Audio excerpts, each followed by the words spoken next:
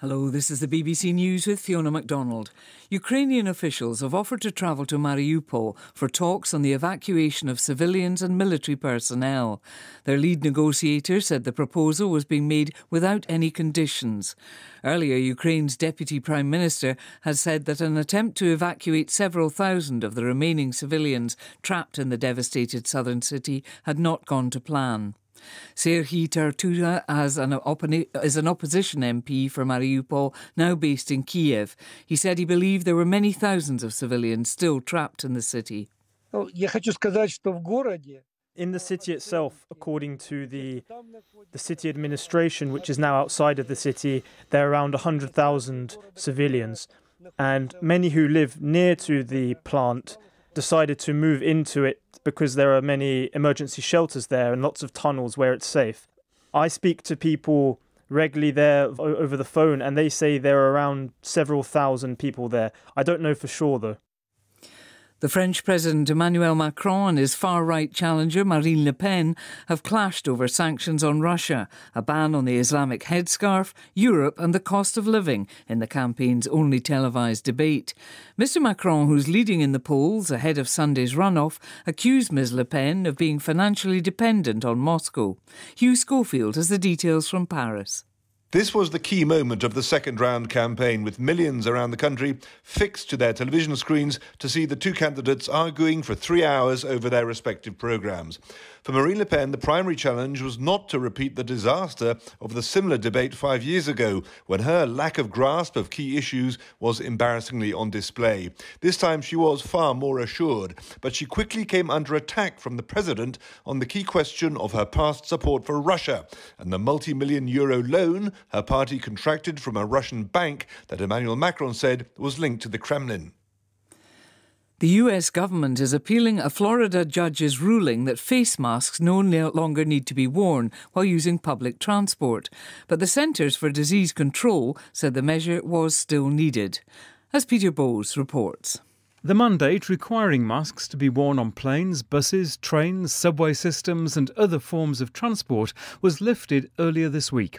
A judge in Florida said the Centers for Disease Control and Prevention overstepped its legal authority when it introduced the rule 14 months ago.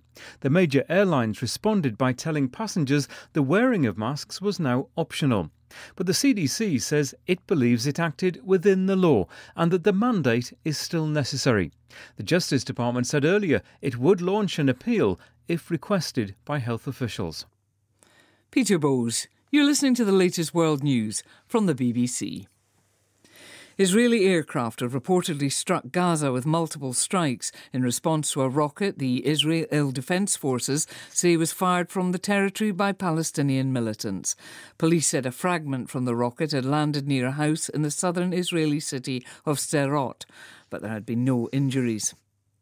An American film production company has been fined nearly $140,000 over a fatal shooting on set last year.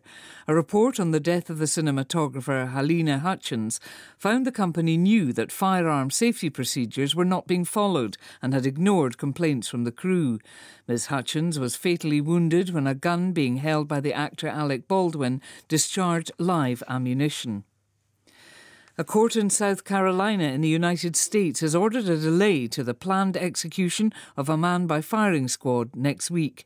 Richard Bernard Moore was convicted of killing a shop assistant during a robbery in 1999. His lawyers are challenging both his sentence and the method of execution, which they say is unconstitutional. US executions are usually by lethal injection. The largest ever global study of protected areas in nature has found that most do not actively benefit wildlife. Scientists in Britain found that designated nature reserves and areas of outstanding beauty are failing to protect animal populations. Here's Victoria Gill. If you want to benefit wildlife, you can't simply draw a line around a patch of land and say, don't build here. That's the conclusion scientists drew from this global study of protected areas, sites set aside for nature. Their analysis looked specifically at wetlands around the world. The researchers examined trends in populations of water birds, and their key finding was that in most protected areas, bird populations were faring no better than in similar unprotected ones.